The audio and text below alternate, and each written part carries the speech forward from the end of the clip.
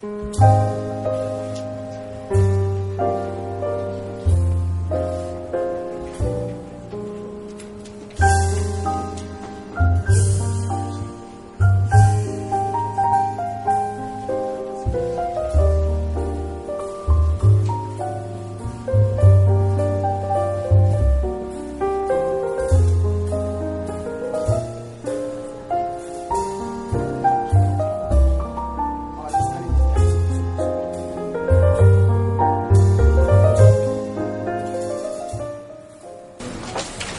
sure that the chief director has walked you through the procedure.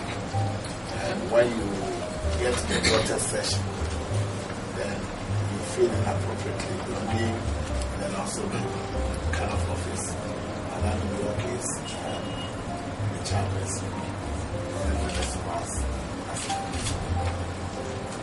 So we'll start with the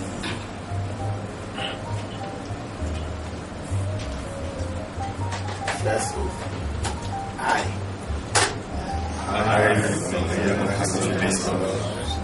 do in the name of the Almighty God,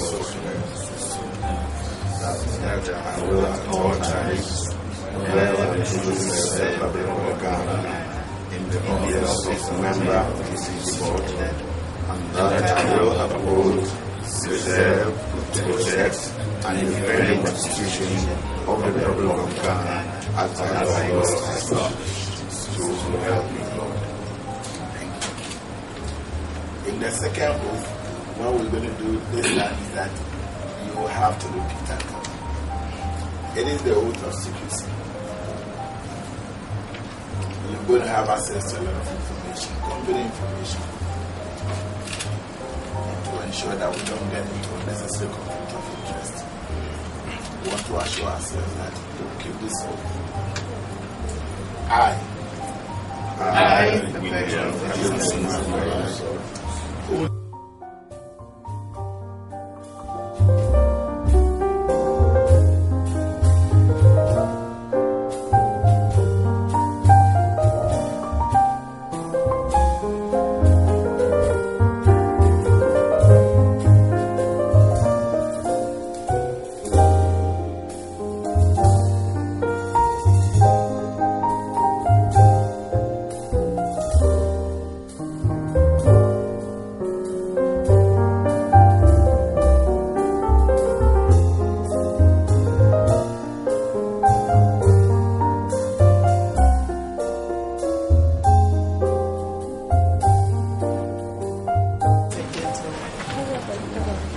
On my behalf and on the behalf of my colleague board members, I first of all wish to thank His Excellency, the President of the Republic of Ghana, for the trust bestowed on us by giving. We also wish to thank our Honorable Minister for Energy, for making time to be at this inauguration and also to swear us in. We see the appointment as a great responsibility and a call to serve. And we hereby assure the Honorable Minister that we will discharge our duties with utmost diligence. Even from outside the boardrooms of the ECG, we are well aware of some of the challenges facing the Electricity Company of Ghana. We hope, with our collective guidance and contribution, together with our supervising ministry, management and staff, and all stakeholders, find solutions to the many challenges faced by the ECG in becoming an efficient service provider in the country. I also wish to take the opportunity to thank the old members of the board.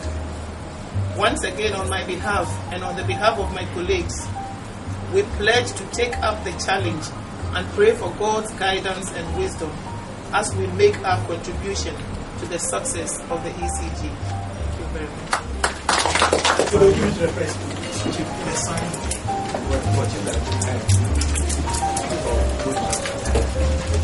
hand in hand. You don't expect to take money from consumers if you are not giving service. And definitely there will be good services, we can assure you. So how long are you going to stay? Well, we've not Your been given a tenure. tenure. No, we'll not be given a tenure for this. The main priorities to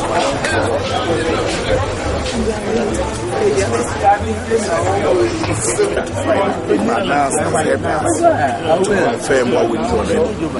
And there are system problems. It's inherent not only in the Accra, it's everywhere. So the new world has lots of challenges. And the challenge is resilient.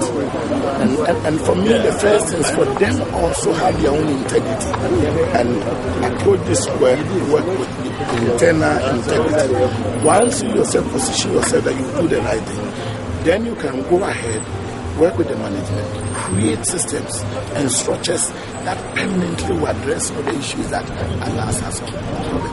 It's very shameful, and as I said, we all need to apologize for the way we've treated our customers so far. will one of your mandates the interim that they find out who are responsible for this? Or even the management who were there, what they did was to watch the tape, identify the people whose faces were in the tape, and what they did was call them to let them confirm and also walk through their conditions of service to take appropriate decisions. We don't want them to rush, take a decision for somebody to go and sue you. So based on the condition of service, they will serve them. But those who are found guilty, and some of these tapes, there's not an issue of guilt. It's just an issue of going through the process. If the output is clear, you are guilty. And so we're just fulfilling the internal processes and get you out. Finally, like I was saying this morning, there was reports that some US investors are coming to see whether they can invest in power generation. What are the plans for this, and how will Ghana benefit from that? Yeah, I think that it's even more than just generation. It's for the power system. We've been working with the U.S. government, and let me take this opportunity to thank the U.S. government for the support that they've been giving us. They gave us first about $350 million for the rural electrification access, and just as we were completing, they just increased it by another $120 million. And now they've taken as part of the MCA. Government has agreed that power systems should be the focus. So the investors are coming, and we are working with them to identify which areas that they can support us in the generation, transmission, distribution, and also on the policy side of issues that cut across. So we are getting ready to meet them with a meeting, the compactivity. They just went to US to refine it with our counterparts there. So the investors have something that we have, and part of the issue that we'll be addressing is the challenges that we are having in ECG, the losses, the thefts, putting kind of meters which will make it very difficult for you to tamper with. And those are the issues that we expect to talk with them and see how the U.S. government can help us. Thank you for your time, sir. Thank you, sir.